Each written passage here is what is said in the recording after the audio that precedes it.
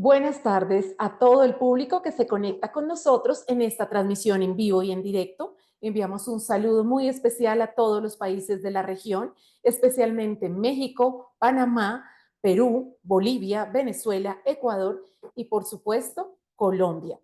Vamos a iniciar esta transmisión con los saludos, empezando por los estudiantes de la Universidad de Buenos Aires de la Facultad de Medicina, estudiantes de la Universidad en Córdoba, Argentina, gracias por conectarse con nosotros, y a los que reportan sintonía en Mar del Plata y Rosario, Argentina, bienvenidos a esta transmisión. Y ahora pasamos a unos saludos un poco más locales. Un saludo muy especial a los estudiantes de la Facultad de Medicina de la Universidad Nacional de Colombia, aquí en Bogotá, Colombia. Bueno, en Bogotá, Colombia, porque hoy estamos desde el municipio de Mosquera, a una hora y media de Bogotá aproximadamente, en Cundinamarca.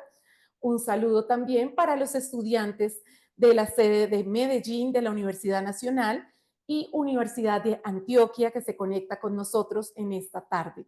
Un saludo también en Barranquilla para los estudiantes de medicina de la Universidad del Norte, para los estudiantes de la Pontificia Universidad Javeriana de Bogotá, Colombia, Universidad del Valle, siempre presente en las transmisiones, y por supuesto a los estudiantes de la Universidad de los Andes en esta tarde que se conectan. Hoy tenemos al doctor Alfredo Uribe Ardila. Él cuenta con estudios de bacteriología en la Universidad de los Andes, una maestría en ciencias en el área de genética humana. Realizó sus estudios doctorales en alianza académica entre la Universidad de los Andes y el Medical Genetics Service, Hospital Clínicas de Porto Alegre, Brasil, con una tesis titulada Estudio de los desórdenes lisosomales en Colombia. Actualmente, él es profesor asociado en el área de biología celular, biología molecular, patología molecular y bioquímica metabólica de la Universidad de los Andes. Adicionalmente, es el director de la Fundación Héroes y Voces y del laboratorio en investigación en bioquímica LITMED, que apoya los servicios diagnósticos de enfermedades huérfanas para diferentes países de la región. Bueno, doctor Alfredo, muchísimas gracias por sacar una hora de su tiempo para esta transmisión en vivo para Latinoamérica. Bueno, no, muy agradecido por permitirme compartir un poco de la experiencia durante todos estos años en lo que es la investigación de errores innatos del metabolismo y en especial lo que son desórdenes de tipo lisosomal, donde están incluidas las mucopolisacaridosis. Gracias, doctor. El doctor cuenta con más de 30 años de experiencia en el área y múltiples publicaciones. Esta entrevista va a estar dividida en dos partes. En una primera parte vamos a hacer unas preguntas desde acá muy generales para público, audiencia general, y luego daremos paso al público para los comentarios o preguntas que tengan respecto al tema que vamos a abordar hoy, que es mucopolisacaridosis. Sin más preámbulo, doctor, arranquemos. ¿Qué son las enfermedades huérfanas?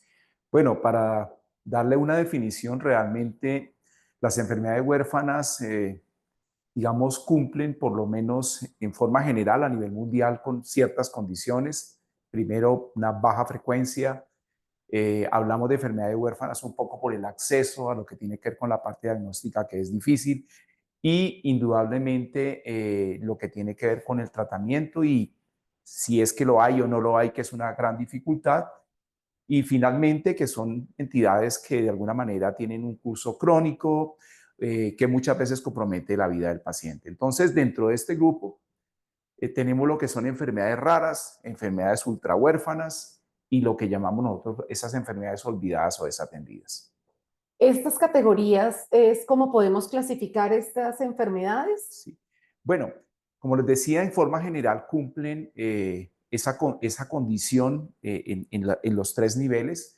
Cuando hablamos de enfermedades raras, pues siguen un poco esa baja frecuencia, por lo menos cambia un poco dependiendo del país, pero por lo menos en Colombia, bajo la ley 1392 del año 2010, hablamos de una frecuencia de uno de cada 5.000 individuos. Puede cambiar un poco, como les digo, en la Unión Europea puede ser uno de cada 2.000 individuos. Ahí va un poco lo que tiene que ver con la frecuencia. Ya en lo que tiene que ver con la parte del tratamiento, la dificultad del tratamiento, la dificultad del diagnóstico, pues se cumplen las tres categorías. Cuando hablamos de ultrahuérfanas cambia un poquito el perfil y cambia el perfil porque son realmente algunas enfermedades de las cuales se tiene muy pocos casos a nivel mundial, muchas veces es inferiores a uno de cada 100.000 individuos y está ese tercer nivel donde encontramos un grupo de, digamos, de alteraciones que, dadas, digamos, la ubicación de los pacientes en términos geográficos, muchas veces no tienen acceso ni al diagnóstico ni al tratamiento. Ahí abarcan, digamos, de pronto algunas parasitosis, son enfermedades que se convierten en enfermedades lamentablemente olvidadas desde el punto de vista, digamos, de salud pública. Gracias por la aclaración. Son enfermedades entonces muy poco comunes en la población. Y entrando un poco en materia, doctor, para los que no son del área, ¿qué hace el lisosoma en la célula? Para entrar ya un poco más específico al tema que vamos a abordar hoy. Bueno, me encanta hablar de esto porque es mi organelo preferido. Generalmente cuando hablamos del lisosoma, lo que aprendemos a nivel básico, digamos en la secundaria, es que es realmente como digamos, el elemento que degrada componentes extraños cuando hablamos de células de defensa. Es como digamos, el primer aprendizaje. Sin embargo, el lisosoma es mucho más complejo. Digamos, un escenario de la célula donde vamos a tener un arsenal enzimático que se encarga de, digamos, de la degradación y la transformación de ciertas moléculas complejas. Entonces, tenemos realmente una categoría, digamos, de diferentes tipos de agentes catalíticos que transforman ciertas sustancias y prácticamente se convierte en un protagonista en la transformación de estos compuestos a nivel celular. El lisosoma entonces tiene unas proteínas, enzimas, ¿cierto?, que se encargan de degradar o transformar moléculas. Exactamente. Cuando uno mira realmente, somos demasiado complejos. El tejido conectivo, ciertos componentes a nivel del sistema nervioso central, un poco lo que es la matriz extracelular a nivel celular está, digamos, constituida por una cantidad, digamos, de moléculas que son transformadas a nivel del lisosoma y esto es llevado a cabo por una cantidad, digamos, de proteínas que son realmente al final catalizadores, que hacen todas estas transformaciones y hacen que, digamos, en forma general los tejidos sean funcionales. Doctor, ¿y qué relación hay entre el lisosoma y las mucopolisacaridosis, el grupo de enfermedades que vamos a abordar el día de hoy? Bueno, si tomamos mucopolisacaridosis, en primera instancia estamos hablando de lo que serían unas enfermedades, digamos, clasificadas como huérfanas, y si lo vamos a relacionar al lisosoma, realmente son, digamos, alteraciones genéticas que afectan la estructura de estas biomoléculas, haciendo que los procesos, digamos, de transformación de unas, digamos derivados de los carbohidratos glicosaminoglicados no puedan ser transformados. Entonces, en ese orden de ideas, las mucopolisacaridosis son defectos genéticos donde al comprometerse la estructura de estas proteínas, se genera un fenómeno de depósito crónico de estos compuestos, alterando los tejidos y causando una enfermedad crónica en los individuos y todo lo que es el curso clínico característico de estas patologías. Entonces, la causa de la mucopolisacaridosis es genética, según lo que nos está diciendo. ¿Qué características tiene este grupo de enfermedades en general, a nivel general? Porque son varias, ¿no?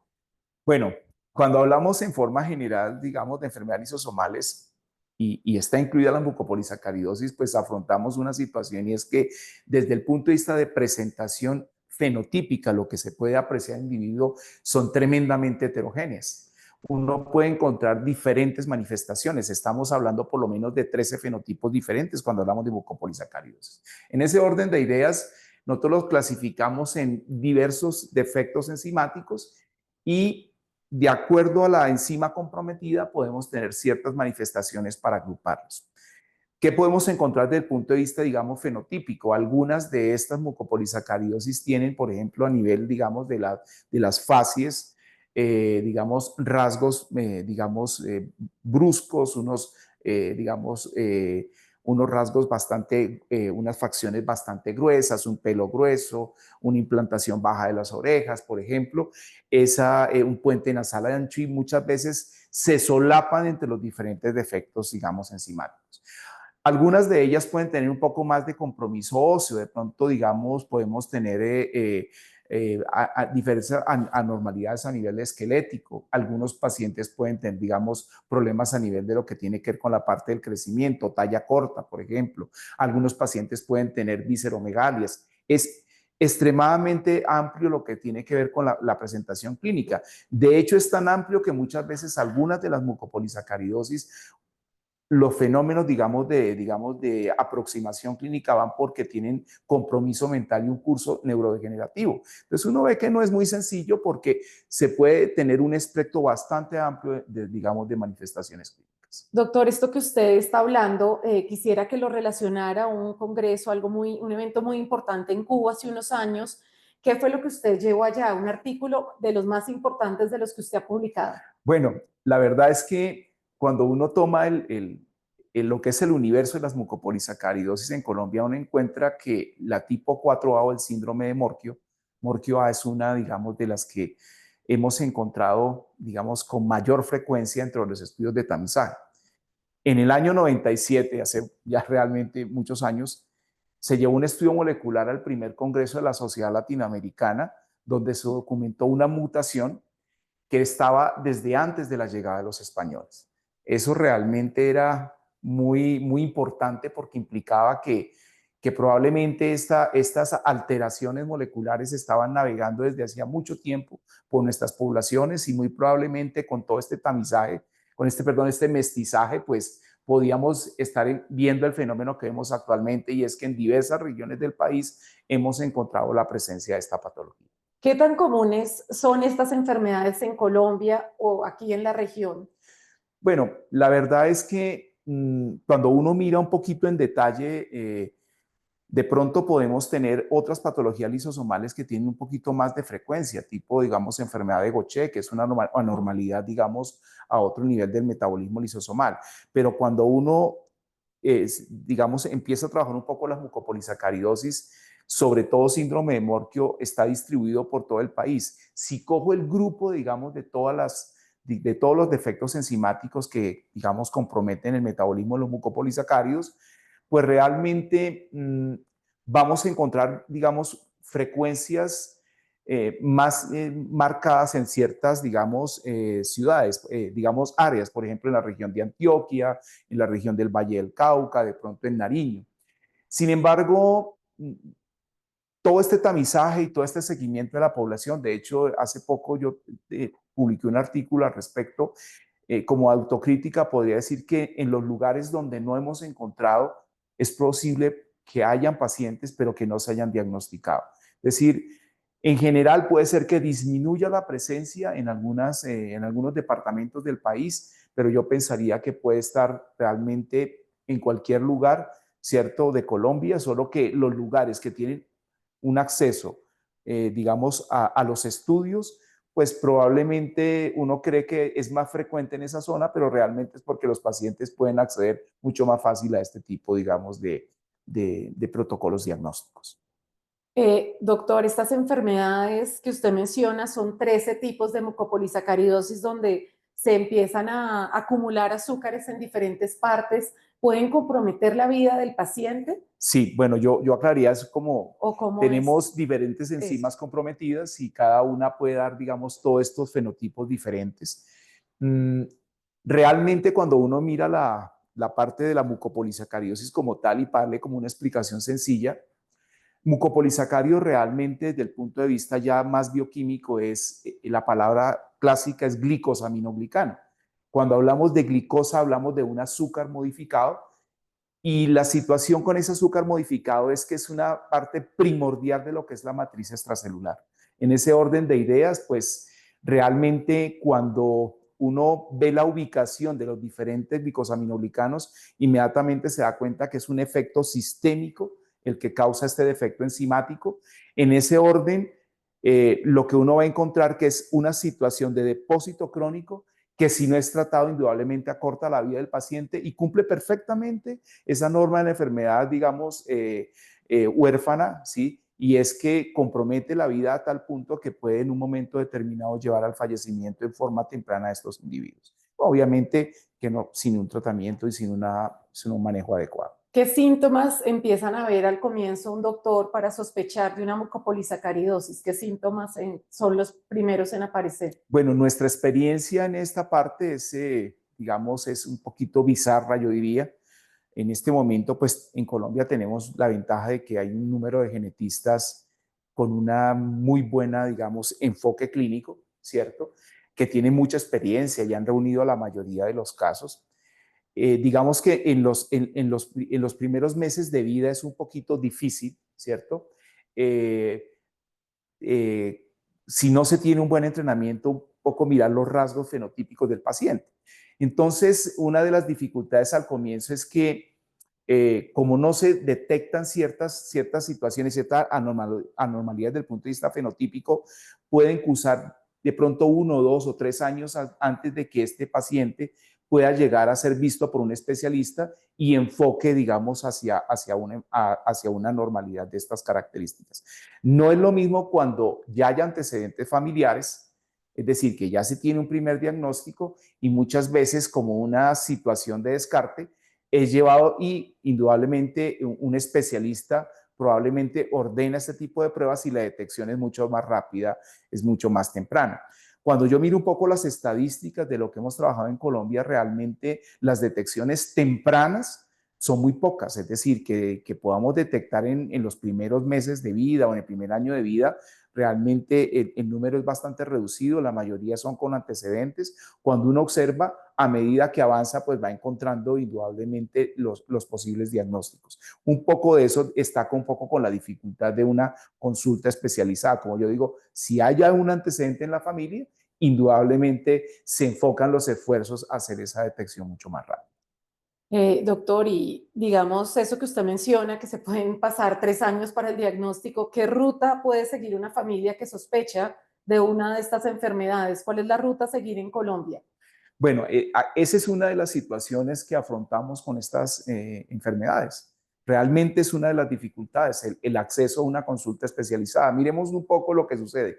Para algunas, digamos, enfermedades de mayor frecuencia, cuando se va a pedir una consulta especializada, probablemente en nuestros, digamos, en nuestras aseguradoras pueden pasar 2 o 3 meses para lograr una cita. Imagínense para este tipo de desórdenes donde tenemos un número reducido de especialistas, pues los turnos para llegar a eso realmente son bastante largos. ¿Eso qué implica? Implica que en un momento determinado el paciente sigue con esa normalidad y muchas veces llegamos a algunas situaciones donde evoluciona tanto que lo que ya se ha comprometido es muy, muy difícil revertirlo desde el punto de tratamiento. Sí lo hay, porque muchas veces para algunas de estas patologías no hay tratamiento disponible. Doctor, ¿cuáles son los pasos de diagnóstico para llegar a un diagnóstico definitivo? A veces la gente piensa que solamente las pruebas en orina. Aclare un poco de pronto para el público, para todos los que no estamos en el área, doctor, podría mencionarnos qué pruebas existen o cómo se diagnostica una enfermedad de estas. Bueno, mirando un poco la definición, hablábamos de una enfermedad de depósito, hablamos de una normalidad enzimática donde no podemos, digamos, degradar ciertos compuestos, hablamos de glicosaminoglicanos o mucopolisacáridos, que es realmente la misma palabra, digamos, la usamos prácticamente, la intercambiamos. Una primera aproximación es hacer una valoración de excreción de glicosaminoglicanos en orina. Es una prueba de tamizaje básica, es una prueba de arranque. Mm, es una prueba que permite aproximar a la posibilidad, no es diagnóstica, es decir, es una prueba apenas de tamizaje, de aproximación. Es buena, es decir, un individuo que está afectado por una de estas patologías puede estar excretando entre 2 a 10 veces el valor de referencia de un individuo de la misma edad. Entonces es una muy buena prueba de tamizaje. No es diagnóstica porque uno encuentra que algunas anormalidades esqueléticas, por ejemplo, que no tienen que ver con mucopolisacaridosis o otras anormalidades enzimáticas de otras rutas metabólicas pueden en un momento determinado excretar mucopolisacáridos en cantidades un poco inferiores, pero que pueden causar un poquito de distorsión. Entonces, la prueba en orina puede hacerse. La segunda fase de pronto es clasificar qué tipo de mucopolisacárido está excretando el paciente. La razón, recordemos, son diferentes enzimas las que están implicadas. En ese orden de ideas son diferentes componentes los que están comprometidos. Por lo menos hay 4 componentes que pueden estar afectados por estas, digamos, deficiencias enzimáticas. En el momento ya uno tiene más o menos clasificado si el paciente, digamos, tiene una excreción elevada, ya puede uno saber qué tipo, digamos, de componente está excretando y uno entra a una fase bien importante que es el estudio enzimático. El estudio enzimático tiene una característica y es que el estudio enzimático podemos hacerlo en 2 fases. Una fase que puede ser tamizaje en papel filtro, es muy buena, es una prueba de tamizaje. Esta prueba se diseñó hace algunos años, es un poco el trabajo mío que se hizo en Porto Alegre, que fue mi tesis doctoral.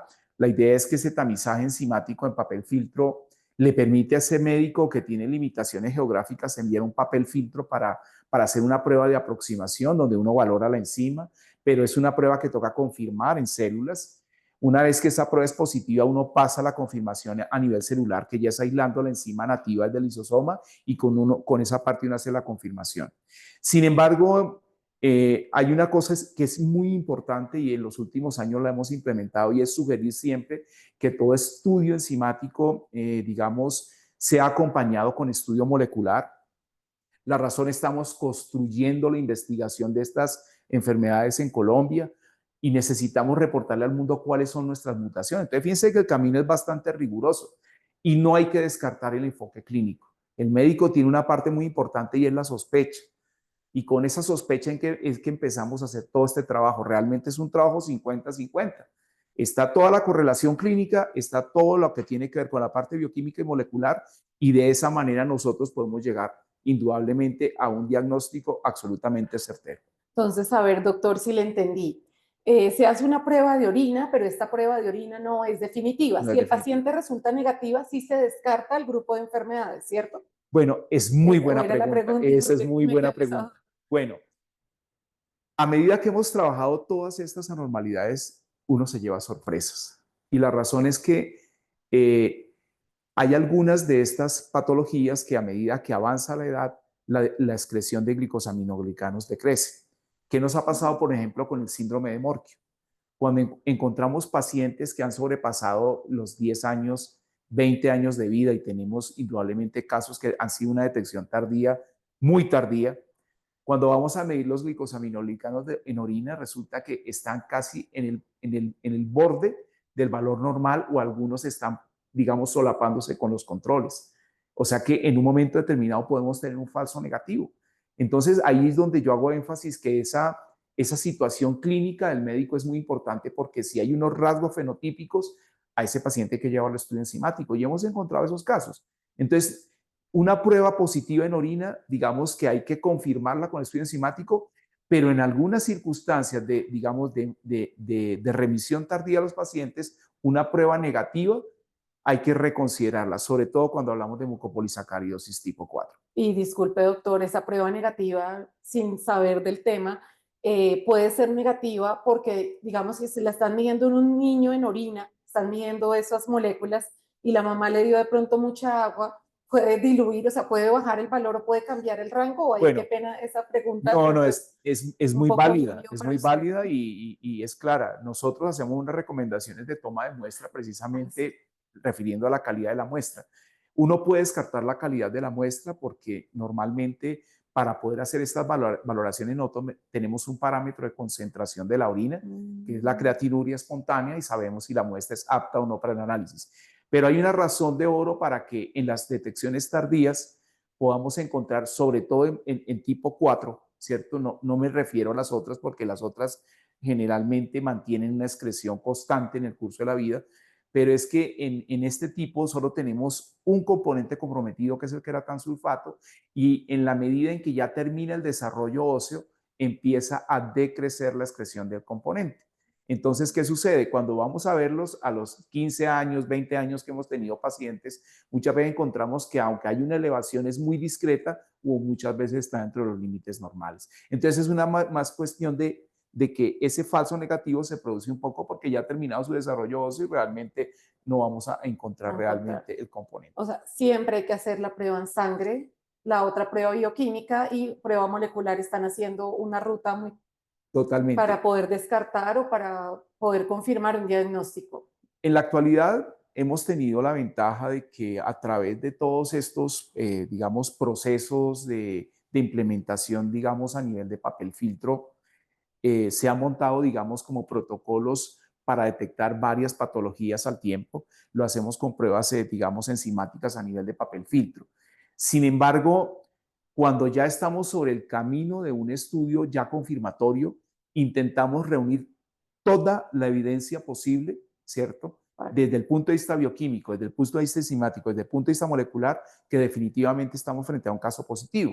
Y la razón es que hay que ser muy riguroso porque indudablemente este paciente, si indudablemente va a entrar a un tratamiento, la certeza de que ese paciente sí tiene ese defecto enzimático tiene que estar a toda prueba. Entonces, la idea es que en ese historial esté reunido todas las condiciones. Y hay una parte importante porque sugerimos también, aún teniendo la parte enzimática definida, y es que muchas veces la excreción de esos glicosaminoglicanos en pacientes tratados puede usarse como un biomarcador para el seguimiento de la terapia de reemplazo. Gracias. Y esto me genera pues otra duda y es qué retos tienen las familias que tienen estos pacientes o los mismos pacientes acá en Colombia, Bueno, porque el diagnóstico es es largo. complicado, sí. La verdad es que yo pienso que el primer paso más difícil, lo había dicho hace un momento, es lograr una consulta especializada. Yo podría decir que es complicado porque yo en el curso de todos estos años, indudablemente el número de médicos tratantes e interesados en estos desórdenes ha ido creciendo afortunadamente, pero generalmente, digamos, los que tienen mayor experiencia es un número que para el país es reducido y tener acceso a esos especialistas que son muy buenos y han tenido realmente una gran experiencia en la detección de un número importante de casos es bastante, digamos, en términos de tiempo largo. El acceso, digamos, primero una consulta especializada, es el primer reto. El segundo reto es que se puedan hacer las pruebas. Entonces, estos ensayos realmente o estos protocolos son protocolos de investigación. Estos protocolos han sido desarrollados en universidades. Un poco de la experiencia en la Universidad de los Andes fue eso. Estudiar un poco lo que tenía que ver con los valores de referencia, trabajar indudablemente los primeros casos y poder establecer un poco la diferencia entre afectados e individuos normales. Entonces, todo eso implica el desarrollo de un protocolo. Que el paciente pueda acceder al protocolo es complicado porque muchas veces el que le autoricen una prueba de estas características a las aseguradoras es difícil. De hecho, es un poco de las misiones digamos, de nosotros. Yo veo a veces, sobre todo para enfermedades ultrahuérfanas, que los pacientes andan con una orden de laboratorio en laboratorio y han durado meses tratando de mirar quién puede hacer la prueba y muchas veces ni siquiera aparece algunos de esos ensayos en los registros. Entonces, esa viene un poquito lo que tiene que ver llegar al estudio bioquímico. Indudablemente, la tercera dificultad para ellos es una vez tengan esto es si tiene tratamiento o no, una tercera situación. Tener definido un diagnóstico ya es algo, pero en un momento determinado, si hay tratamiento, tener la esperanza de que ese paciente acceda rápidamente, a veces se diluye por el camino. Es un tercer reto. No es fácil, indudablemente, para estas patologías.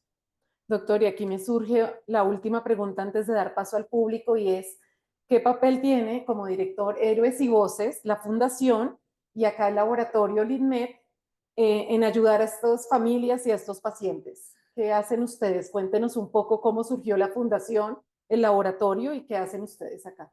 Bueno, digamos que toda esta experiencia previa indudablemente vino desde la universidad, donde hay un camino académico muy robusto, indudablemente. En el año 2016 vi un poco hacia el futuro cómo quisiera yo continuar de pronto después de dejar la academia. Es algo a lo que uno va tarde o temprano, uno va a retirarse. Entonces quería continuar un poco en esta parte del servicio social. Cuando manifesté la idea de armar una fundación para seguir un poco en este trabajo en Colombia, pues una de las grandes dificultades es que toda la investigación tiene una norma de oro, es que requiere dinero, de Sí. plata. Esa es una complicación. Entonces, de ahí surge un poco La idea, más o menos hacia el año 2019, se logra el interés y llevar esto a una normativa legal y se construye la fundación que incluye dentro de ella un laboratorio de investigación en bioquímica médica como el INMED. Y fundamentalmente, además de dar la posibilidad de ofrecer estas pruebas de investigación, tiene dos objetivos, digamos, que van caminando y es uno, poder tener, digamos, estudiantes en pasantía, estudiantes en trabajos de grado, como ya han podido algunos de ellos trabajar en nuestras instalaciones, pero en segunda instancia la labor social importante, sobre todo para enfermedades ultrahuérfanas. A veces los pacientes por alguna razón terminan contactándonos y tratamos, si está dentro de lo posible, ver la posibilidad de ofrecerles un estudio sin costo. Indudablemente cuando se orienta sobre todo a enfermedades lisosomales, que es un poco el fuerte y es de lo que en alguna manera podemos ver la posibilidad de que si no está disponible el protocolo diagnóstico, poder desarrollarlo. De ahí han surgido a mediano plazo el desarrollo de ciertas pruebas nuevas, de ver que algunos pacientes de pronto preguntan si es posible hacer el estudio y eso se convierte en un estudio familiar, porque viene el paciente, viene la familia, entonces tratamos nosotros de alguna manera de ver, de solucionar el problema, porque finalmente sabemos que esto no es un ensayo que esté comercialmente y que tiene que ser desarrollado en un laboratorio de estas características. Doctor, cuando se refiere a enfermedades ultra huérfanas, ¿cada cuánto se presentan aquí más o menos? Bueno, yo les pondría el ejemplo, dentro de las mucopolisacaridosis tenemos una en especial, se llama el síndrome de Sly o mucopolisacaridosis tipo 7. Solamente he visto 2 casos en 20 años. El primer caso fue más o menos documentado hasta el año 92 y el segundo caso lo remitió un colega, un gran amigo que trabaja con estas patologías, el doctor Márquez. Él envió a este paciente digamos, con una detección bastante temprana, un paciente del altiplano cundiboyacense, y ese paciente falleció, pero me dio, digamos, en ese momento la idea de que esta patología, aunque era de baja frecuencia, también estaba en Colombia. Cuando uno mira lo que reporta la literatura mundial, los casos a nivel mundial de síndrome de Sly son muy pocos. En Colombia solamente yo he visto 2 documentados y verificados con estudio enzimático, 2 en 20 años. Entonces, la fundación ofrece a las familias que de pronto no pueden costear las pruebas, les ofrece de manera gratuita la prueba Lo hemos intentado en si las enfermedades. digamos, en algunas de las patologías. Recuerdo hace poco un caso, un paciente con una sospecha de Tay-Sachs. Realmente hacía muchísimos años no había una revisión de esas características. El último que había trabajado era la zona del Nariño y eso ya llevaba más de 15 años. Ellos escribieron a la fundación a través de otro colega. Yo conozco la mayoría de, digamos, de los que trabajan con estas patologías. La remisión dijo que si yo no podía hacer este ensayo y lo trabajamos y sí, la idea realmente era poder solucionar el problema y realmente eso no debería tener una limitación por costo. En la actualidad estamos trabajando otro caso, ¿cierto? De una patología que viene en desarrollo en este momento. Me sorprendió mucho que un médico sospechara y dije yo no, incluyámoslo porque si hay una sospecha clínica hay que resolver el problema. Entonces en ese momento cuando vi la orden dije no, trabajémoslo, no hay nada que hacer, miremos la forma de trabajar un ensayo, indudablemente enfermedades lisosomales, que es un poco el El fuerte de área. nosotros. Hay otras anormalidades desde el punto de vista enzimático que trabajamos, pero cuando ya son otras anormalidades que se van un poquito de la ruta de enfermedad de depósito lisosomal, cuestionamos un poquito y vemos si es posible, porque tratamos de siempre trabajar en lo que ya tenemos experiencia. Doctor, ustedes están trabajando alrededor de 50 enzimas lisosomales. Más o menos, digamos que cuando uno coge un poquito lo que hay en remisión y en frecuencia, digamos que frecuentemente están llegando alrededor de unas 18 entidades o 18 desórdenes lisosomales con más frecuencia. Pero realmente cuando uno mira el conglomerado de enzimas es mucho más alto y ya ahí, digamos, lo otro va disminuyendo en frecuencia, entonces hay que mirar un poco los protocolos, pero tratamos de resolver el problema en lo posible. Gracias por la aclaración. Entonces, en este momento vamos a dar paso a las preguntas del público. Nos preguntan, ¿qué mitos o ideas equivocadas nota más frecuentemente entre médicos jóvenes sobre las enfermedades huérfanas? Bueno, la pregunta dice que qué ideas equivocadas pueden tener los médicos jóvenes, bueno, sobre estas patologías. Bueno, yo digo que voy a decir una frase que decía una doctora, una neuropediatra del Hospital Militar de hace muchos años. Decía que uno no busca lo que no conoce. Y a veces, cuando yo miraba un poquito, sobre todo con los estudiantes, a veces decían que nunca habían visto un paciente de estas características. Bueno, hay que romper el mito. Realmente se calcula que a nivel mundial, cuando uno reúne todas las patologías, digamos, huérfanas, estamos hablando por ahí de unos 400 millones de individuos. Es decir, lo que pasa es que en conjunto tiene una frecuencia importante. Imaginémonos nosotros acá en Colombia, uno de cada 5.000. Yo me puse a hacer una revisión a raíz de esta charla, porque bueno, esto es lo bueno de estas cosas que lo pone a uno a mirar un poquito antecedentes. Una vez que se instituyó lo que tiene que ver con la ley de 1392, el primer registro del año 2013 habían reportado más o menos 13.000 pacientes. 13.000 pacientes con diferentes enfermedades huérfanas. No estoy hablando de mucopolisacaridosis, de enfermedades lisosomales, 13.000. Cuando vuelvo a tomar el registro en el año 2019, el registro oficial en Colombia, ya estábamos bordeando casi los 18.000, 17.000, 18.000 más o menos individuos. Cuando uno viene a mirar el registro en el 2024, hace un año, estamos más o menos bordeando 84.000 registros de diferentes patologías huérfanas.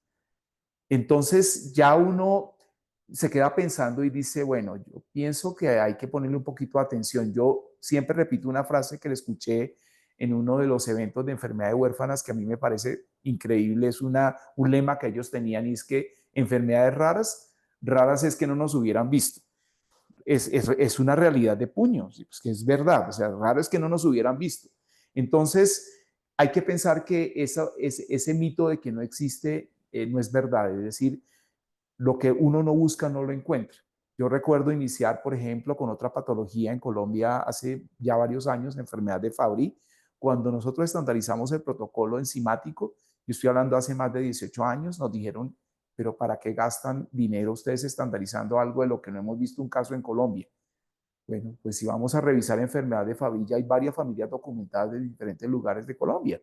Entonces yo pienso que ese mito de que no existe, eso hay que abandonarlo. Fíjense el registro de enfermedades huérfanas que tenemos nosotros, el oficial, cómo ha crecido digamos, en término de tiempo bastante corto. Gracias por la aclaración. Damos paso a otra pregunta. Nos preguntan desde el público, ¿cuál considera que ha sido el mayor avance en el estudio de la mucopolisacaridosis en los últimos años?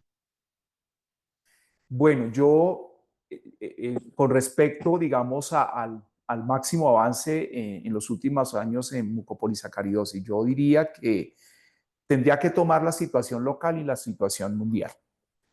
Si tomara la situación mundial, mi consideración es poderles ofrecer un tratamiento. La terapia de reemplazo enzimático es una de las banderas, digamos, uno de los caballos de batalla actuales. Poder colocarla encima y revertir un poco. Indudablemente esto tiene todavía sus cuestionamientos, sobre todo para aquellos que tienen compromiso a nivel, digamos, del sistema nervioso central. Pero tener un tratamiento y un manejo, digamos, por lo menos y revertir un poco el proceso, esto también va de la mano con la detección temprana, a mí me parece un logro importante. Desarrollos a nivel, digamos, de terapia génica, pues son procesos que van en camino, pero pues no puedo hablar todavía de esto como un logro hasta que no tengamos un poco más de trabajo al respecto. Si yo pienso a nivel local, ¿yo qué podría comentar a nivel local? Yo pienso que el trabajo que hemos hecho en la parte de epidemiología es un logro muy importante.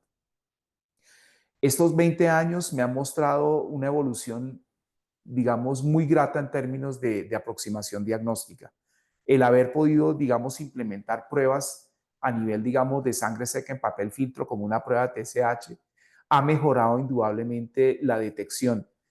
Digamos que podemos tener, entre comillas, en términos de tamizaje, un cubrimiento a nivel nacional. Ya un poco lo que tiene que ver con la fase confirmatoria toca mejorarlo indudablemente, pero tenemos una forma de, digamos, de resolver esas situaciones diagnósticas. Yo quisiera acotar algo al respecto, y es que cuando yo miro un poco los primeros trabajos de aproximación que se hicieron en la tesis de maestría en la universidad, yo miraba un poco los primeros casos y sentía un poquito, digamos, de inconformidad en el sentido de que había una detección, pero no había realmente un manejo. En la actualidad, digamos, hay detección y algunas de estas enfermedades están con, digamos, con algún tipo de manejo desde el punto de vista de terapia de reemplazo enzimático. Gracias por la aclaración. Listo, damos paso a otra pregunta.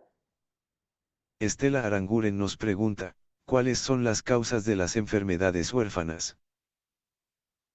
Bueno, hablando de causas de enfermedades huérfanas, eso es, cuando miramos a nivel mundial, podíamos repartirlo. Yo diría, bueno, no voy a decir que esto es de mi autoría, eso no, de ninguna manera.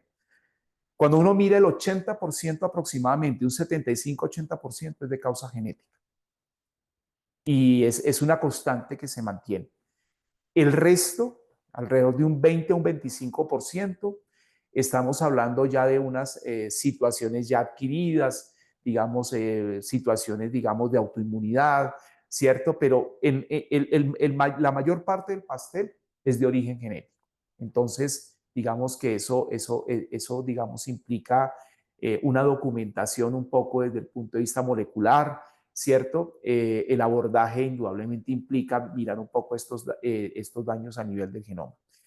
Cuando ya uno está un poquito, digamos, en lo que tiene que ver con la distribución, dentro de ese grupo uno encontraría que un número importante es detectado, digamos, en periodo temprano.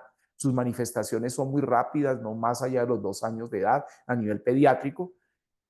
Prácticamente estaríamos alrededor de un 60%, ¿cierto? Eso deja una situación muy característica, y es que hay enfermedades de huérfanas de presentación tardía.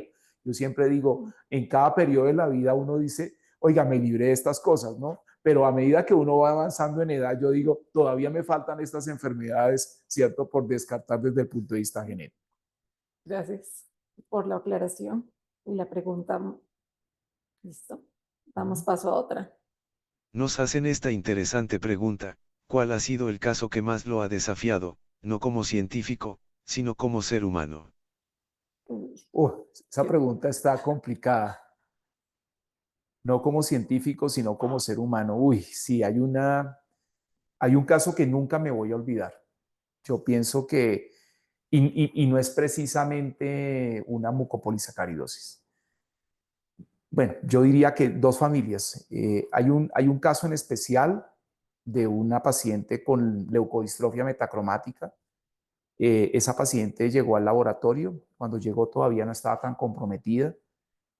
Una niña hermosa, y tenía alrededor de unos 2 o 3 años. No puedo decir el nombre Sí. por cuestión pues de confidencialidad. Cuando la vi todavía no estaba tan comprometida. Cuando vi el resultado de la actividad enzimática, literalmente entré en depresión. Y la razón es que era una ausencia casi total de la enzima. En aquella oportunidad los papás me regalaron una foto de la niña en ese momento, antes de que estuviera tan comprometida. Todavía conservo la foto después de 30 años, y yo en todos mis viajes la llevo. La llevo como llevar a mi hijo, como llevar a mis sobrinos. Es como si un ángel me cuidara.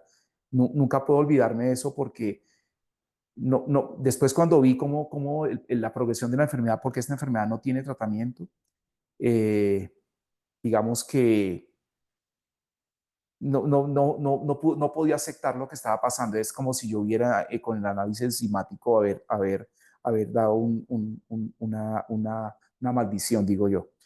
Y el segundo caso también es de leucodistrofia. Era una familia donde vi, eran 3 niños. Vi el primer caso, era positivo. Los otros 2 niños, había otro niño que estaba afectado, pero pues no teníamos la certeza.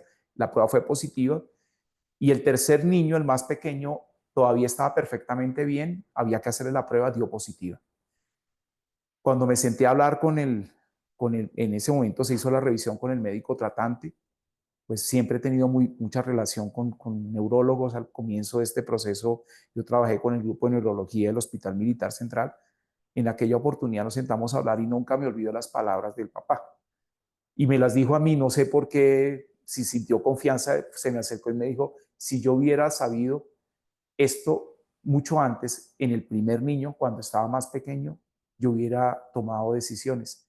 Qué triste que tenga que saberlo ahora cuando el menor tiene lo mismo y lo voy a ver deteriorarse como está el mayor. El mayor ya estaba en una silla de ruedas. Yo pienso que son dos de los casos donde prácticamente duré varios meses pensando sobre que debería haber alguna solución para estas cosas. En aquella época, indudablemente, la terapia de reemplazo enzimático todavía no está disponible. Hay algunas alternativas, indudablemente, de tratamiento para muchas de estas patologías actualmente, pero esa impotencia y ver un poco el curso natural de la enfermedad me impactaron muchísimo.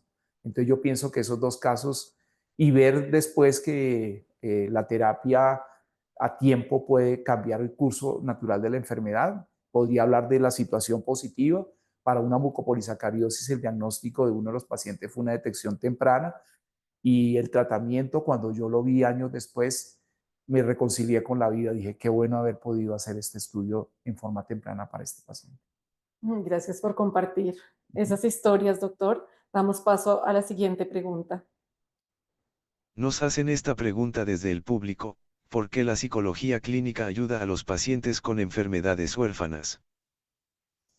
Esa pregunta está dura. Bueno, yo siempre he pensado que esto es un manejo multidisciplinario. O sea, esto tiene muchas aristas, muchas cosas. Yo he hablado de solamente enfermedades lisosomales. Yo realmente mi trabajo en la universidad no comenzó con estas patologías, realmente comenzó con moléculas pequeñas. Pero una de las cosas que aprendí, digamos, en esa transición a estas entidades es que hay muchos profesionales que participan. Y yo voy a ir a la parte, digamos, de la parte psicológica, pero no quiero dejar digamos, otras especialidades. El manejo nutricional para algunos casos, los nutricionistas son tremendamente importantes en algunos de estos desórdenes. Las terapistas son importantes. Y la parte, digamos, de ese manejo ya en la parte del interior de la familia es muy importante, porque la carga emocional de estas familias es muy dura. O sea, los cuidadores llevan una carga muy fuerte digamos, con lo que tiene que ver con todo el manejo de la enfermedad. De hecho, pienso que una de las cosas más importantes que ha surgido son estas sociedades de pacientes, donde se les ofrece un manejo integral y donde esta parte de la psicología, digamos, participa notablemente. Además, crear esos grupos de pacientes, crear esos grupos de apoyo, hace que ellos no se sientan solos, ¿sí? Entonces, fíjense que de pronto uno deja de lado, y me pareció muy pertinente esa pregunta, deja de lado otras especialidades y resulta que tienen una participación tremendamente importante. Digamos, el manejo ya en términos de pronto de una enfermedad que va a tener un proceso terminal muy grave, eso hay que preparar a la familia para eso. Y en ese momento hay digamos, otras especialidades que deben participar. Gracias por la aclaración. ¿Cuáles son las mayores barreras en Colombia para desarrollar estas iniciativas? A nivel de sistema de salud, ¿qué tanto acceso hay para tratar estas enfermedades? Bueno, aquí afrontamos dos situaciones bien complicadas. Yo debo decir con absoluta certeza que en todo este proceso de investigación y desarrollo de lo que son los protocolos diagnósticos, muy poco ha participado lo que tiene que ver el Estado. Es decir, la Universidad de los Andes, donde se originó mucho de toda esta investigación, muchas veces con pequeños proyectos de tesis de estudiantes, ayudaba a impulsar estos procesos. Entidades privadas han participado. De pronto el Banco de la República ha participado en algunos procesos. Yo diría con franqueza que conciencias en lo que tiene que ver con el desarrollo de, digamos, de mis investigaciones no ha tenido que ver. Muy difícil el acceso a los recursos, cada vez más limitados. Entonces, en estos últimos 20 años prácticamente son entidades privadas las que, digamos, en un proceso de altruismo han intervenido para poder, digamos, apoyar esto. Esta parte de desarrollar los protocolos es una gran dificultad. En la actualidad realmente nosotros seguimos desarrollando protocolos nuevos, ¿sí? Eso tiene su nivel, digamos, de trabajo, los costos que implican traer los reactivos, los materiales para trabajo.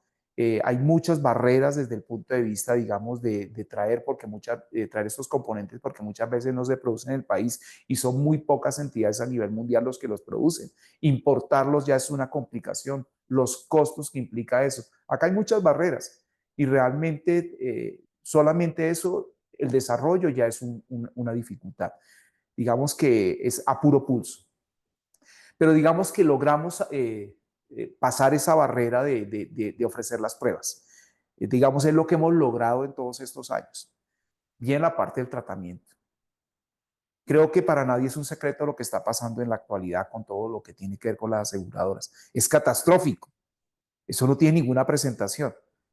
Pero realmente lo más grave va a ser para estas patologías, porque muchos de estos pacientes no se les puede suspender los tratamientos, como está sucediendo.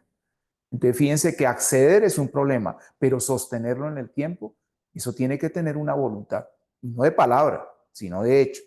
Entonces, yo pienso que esas dos cosas aquí son dos de los principales, digamos, barreras.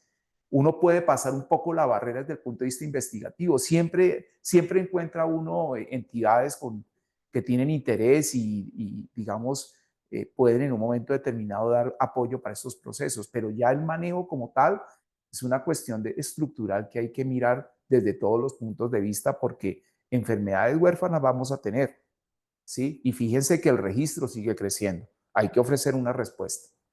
Doctor, y digamos acá en el laboratorio, a la entrada pudimos ver equipos espectrofotómetros y equipos de última generación.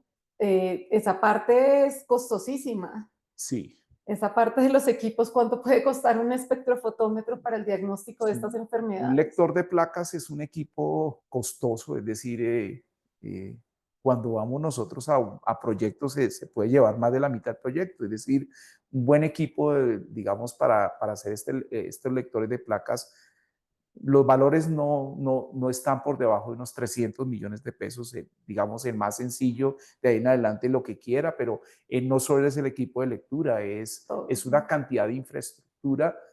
Todos estos equipos hay que traerlos, hay que mantenerlos, hay que darles un mantenimiento que sea óptimo, que cumpla todas las condiciones de control de calidad, que cumpla todas las directrices o todas las exigencias que tiene, digamos, la ley desde el punto de vista de Secretaría de Salud, todo ese tipo de cosas. Entonces, no solamente es traer toda esta infraestructura, sino Sí. darle un mantenimiento que es bastante costoso y tener unos estándares muy altos y muy exigentes desde el punto de vista de control de calidad de las pruebas. Sí, es un trabajo grande. Vamos a escuchar otra pregunta. En cuanto a enfermedades huérfanas, ¿qué alianzas se pueden encontrar a nivel mundial? Muy buena pregunta. Bueno, yo, digamos, he tenido la fortuna, realmente nosotros nos buscamos entre investigadores. Uno de los escenarios más importantes para nosotros son los congresos. En los congresos, digamos, en el latinoamericano nos encontramos prácticamente, yo diría que nos estamos encontrando los mismos en los últimos 30 años. Por fortuna viene una generación que nos está renovando, pero prácticamente hemos Sí. sido bastante estables. Hay alianzas importantes, alianzas, por ejemplo, mis primeros entrenamientos fueron en el laboratorio de neuroquímica del doctor, ya fallecido, el doctor Néstor Chamoles en Buenos Aires. Actualmente está reestructurándose ese grupo de trabajo y es una alianza bien importante. Sin embargo, digamos que en este momento mi principal punto de alianza es el grupo del Hospital de Clínicas de Porto Alegre, el que está bajo, digamos, la orientación del doctor Roberto Giuliani, que fue mi director de tesis Ahí doctoral podemos mandarle externo, un que a saludito, que está propósito, de si nos cumpleaños, está doctor viendo en este Roberto momento, Giuliani, que de está de cumpleaños. cumpleaños hoy, un saludo muy especial. Todo el Sí, grupo de trabajo es un de Porto grupo Alegre. muy sólido, el grupo de Porto Alegre. Los encuentro regularmente en los congresos. Hay un congreso en Norteamérica muy importante para nosotros, que es el World Symposium. Allá nos encontramos con colegas que trabajan con estas patologías a nivel mundial y se crean alianzas indudablemente con diferentes universidades en Europa o Estados Unidos. Es decir, estamos diseminados, no somos muchos los que trabajamos en esto, nos compartimos material. Me acuerdo en una oportunidad me escribió un investigador desde la India pidiéndome un artículo para desarrollar algunos de los protocolos. Y bueno, me pareció muy motivante después que él publica y me cita en la publicación. Dije, bueno, funcionó todo, esto no ha sido un sueño. Si funcionó allá, funciona en cualquier lugar del Eso mundo. le iba a preguntar respecto a las publicaciones, doctora. Hay muchas publicaciones, pues para acceder que en estas revistas hay que pagar. ¿El doctor las tiene totalmente gratuitas? ¿Cómo se descargan? Hay un portal que es el ResearchGate, es el portal de investigadores. Ese portal generalmente, la mayoría de lo que está ahí está abierto, pero si no uno, digamos, mi hoja de vida es pública, como, digamos, estoy, digamos, indudablemente registrado en el Google Scholar o estoy en el ResearchGate. Ahí pueden encontrar acceso gratuito a la mayoría de las publicaciones. De hecho, la última pagué para que quedara con licencia abierta. ¿Sí? ¿Pagó? Sí, toca ¿Por pagar. qué? Toca pagar. ¿Para Toca qué? pagar y es caro. ¿Sí? ¿Se puede saber cuánto pagan para No, que no quiero hablar de dinero mejor porque no? me lo Sí, lamento. No, no lo bueno, no, lamento. no, no, no, No sí, lo claro. lamento. Se publicó en una muy buena Ah, revista que pero la dejó de acceso gratuito. quedó acceso abierto. Ay, ¿qué Y pasó con el investigador de la India? ¿Era esta misma del 2023 o es otra? esa del investigador de la India fue la primera publicación de papel filtro. Esa es como del 2013 y él la necesitaba para desarrollar algo de tamizaje.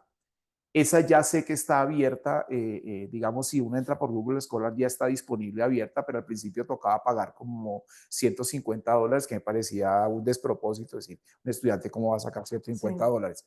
Entonces, esta última, que es un poco la experiencia de 20 años en mucopolisacaridosis, yo pagué para que quedara abierta y pudiera bajarla cualquier persona y leerlo sin ningún problema. Entonces, la idea es que muchas de las publicaciones en la actualidad intentamos que queden abiertas, porque finalmente es un conocimiento que no puede quedar limitado por el pago de un costo. Hay algunas que están limitadas, bueno, ya no podemos, es política de la revista realmente. Gracias por su generosidad, de verdad, con los estudiantes que de pronto no No, están accediendo. debería aclarar algo. Gracias a la generosidad de la Universidad de los Ah, Andes ¿qué fue? que pagó, Fue que pagó, que pagó la publicación para que quedara para abierta. que quedara abierta, qué bueno. Exactamente, sí. Vamos a extendernos un poquito en la transmisión. Listo, pasamos a otra pregunta. El doctor nos regaló unos minutos No extra. hacen una última pregunta interesante: ¿cuáles son los mayores desafíos de las enfermedades huérfanas debido a su naturaleza? Uy, bueno, ¿cuál es ese desafío que van a enfrentar? Yo realmente, pues uno se centra en su nicho, ¿no? En su nicho, digamos, del grupo de enfermedades. Yo pienso que el gran desafío va a ser ofrecerles un tratamiento en el momento en que tengamos prácticamente una casuística muy definida y qué es lo que tenemos en Colombia. Los sistemas de salud van a tener que, yo no diría que en Colombia, esto es una cuestión estructural a nivel mundial, van a tener que enfocarse en ver cómo se va a resolver para todo este grupo de personas y nadie está exento de una patología de estas, ya sea de presentación temprana, juvenil, adulto, mayor o digamos un periodo digamos, de madurez. Vamos a enfrentar algunas anormalidades genéticas, todos de alguna manera podemos estar expuestos, pero la carga que eso va a implicar desde el punto de vista económico es algo que hay que ver, ¿cierto? A mediano y a largo plazo porque hay que hacerlo sostenible. Es decir, hay que darle respuesta indudablemente. Así como estamos con otros problemas, esto es una cosa que tenemos que abordar. Yo pienso que es algo que de alguna manera todos los sistemas de salud van a tener que ir sobre ese camino. Ahora, yo pienso que un paso importante digamos, estamos trabajando con la parte de tamizaje neonatal, o pues, que debe implementarse muy prontamente, es que una detección temprana de algunas de estas va de alguna manera a cambiar el curso natural de la patología, va a evitar, digamos, secuelas que puedan ser irreversibles y que pueden generar costos muy elevados y que el manejo, digamos, en algunos de estos casos, al tener un programa de esas características, pues va a bajar indudablemente los costos de tratamiento. Pero yo pienso que ese gran desafío va a estar un poco para la carga del sistema de salud y recordemos que esto es multidisciplinario. Es lo que yo veo a largo plazo, mirándolo en conjunto para todas. Pues, obvio, yo digo, yo trabajo en un grupo en especial, ¿cierto? Y de pronto yo puedo estar sesgado y bueno, pero es que el grupito mío es pequeño. No, hay que verlo en conjunto. Yo no di un número de entidades, pero miren, yo hablaba de un número a nivel mundial que sonaba bastante fuerte, ¿cierto? Pero más o menos están documentadas alrededor entre 5.000 a 7.000 enfermedades huérfanas en la 7.000. literatura, más o menos un número máximo, digamos, mirando un poco los reportes de literatura. En Colombia ya hemos, digamos, registrado alrededor de casi un 50%, alrededor de unas 2.000, 2.300 entidades. Vamos en progreso en ese registro, digamos, oficial, de alguna manera va a tener que ofrecérseles una respuesta y eso implica una situación estructural a nivel del manejo de los recursos en las aseguradoras. Gracias. Damos paso a otra pregunta. Nos quedan unos minutos. Ya van. ¿Cómo hacer para que más científicos pasen de lo académico a lo aplicado? Uy, yo, ¿Cómo dio usted ese paso? sí, hay que untarse de laboratorio. Yo, la parte teórica es buena y ahí desarrollar proyectos y sentarse en un escritorio es muy bueno, pero a mí me preguntaron alguna vez eso hace muchos años y yo dije, creo que si esto fuera una batalla, yo no sería el general que está dando las órdenes. A mí me gusta ser el teniente que está con los soldados en el campo. A mí me gusta estar con los estudiantes haciendo las pruebas. Me gusta estar con ellos haciéndoles preguntas, cuestionándolos, ¿sí? Eso es lo que a mí me gusta. O sea, yo soy el teniente que está con los soldados. A los que les gusta de pronto el escritorio, pues bueno, chévere. También debe haber gente que esté generando ideas, pero uno también puede generar ideas en eso. Es un poco digamos, a veces cambiar un poco la parte de la mentalidad. Eh, Indudablemente tiene que haber de todo en este proceso. Dar el paso, bueno, realmente es que el laboratorio siempre fue una pasión para mí y realmente era algo frente a si lo que yo no iba a poder trabajar en ningún momento. Yo tengo que estar metido haciendo cosas y desarrollando cosas a la par con mis estudiantes o desarrollando mis propias cosas. Entonces, es algo que aprendí desde mi formación, digamos, universitaria y la continué a medida que fui avanzando con mi formación científica. Entonces, pienso que es algo que está inherente y bueno, y que muchos investigadores hacen, porque yo conozco muy buenos también que disfrutan mucho el trabajo experimental. Damos paso a la última pregunta. Listo. Ahí nos quedan todavía unos 5 minutos. Como estudiante, ¿cómo acceder a una pasantía con el laboratorio? Buena pregunta. Bueno, nosotros hemos armado convenios. Para mí es muy fácil traer mis estudiantes, digo yo, porque pues sigo siendo profesor de la Universidad de los Andes y cuando hay vamos a desarrollar un proyecto, pues a veces ellos deciden que quieren estar acá, porque pueden estar más tiempo conmigo en un momento determinado. Pues, es decir, nos distribuimos para poder estar no tan restringidos de tiempo. Pero cuando ha venido un estudiante en pasantía, realmente es crear un convenio. Uno de los convenios que más recientes es con la Universidad Distrital. La Universidad Distrital tuvimos una aproximación y tuvimos una estudiante muy buena haciendo su pasantía. Ella tenía interés en conocer un poco sobre esto. La involucramos en cómo se trabajaban las pruebas porque su pensamiento en ese momento era viajar fuera del país, digamos, de pronto hacer una maestría o probablemente un doctorado. Eso no es difícil que suceda. Realmente se hace un convenio dando las pautas que quiere la universidad. Cada universidad tiene sus protocolos.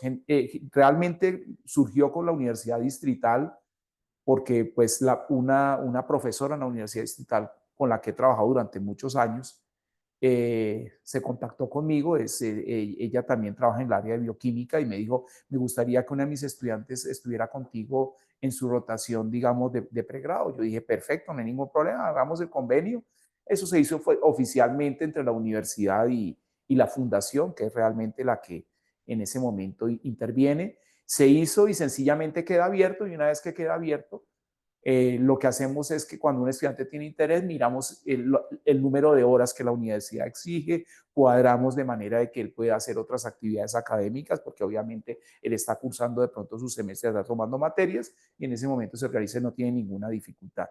Intentamos hacer otro convenio con la Universidad Mayor de Cundinamarca, pero fue muy sobre el tiempo y esto requiere revisar varias cosas. A mí me gusta mucho que estas cosas queden muy protocolizadas, ¿verdad? Porque pues realmente eh, aquí vamos a tener un ambiente académico donde yo hago evaluación a los estudiantes, hay un porcentaje de evaluaciones que se hace acá, el otro lo tiene la universidad, entonces indudablemente va a hacer un proceso de aprendizaje que tiene que ser evaluado y eso pues requiere que quede digamos, como por escrito, pero realmente no es nada del otro mundo, es expresar el interés y mirar. La idea es que hay un tope, indudablemente, pues no podemos tener muchos estudiantes al tiempo, el laboratorio tampoco es que sea inmenso, ¿cierto? Pero por lo menos que yo o que el grupo en general pueda interactuar y que uno pueda trabajar con ellos, porque la idea es que puedan aprender lo que hacemos. Gracias. Bueno, ¿hay alguna última pregunta?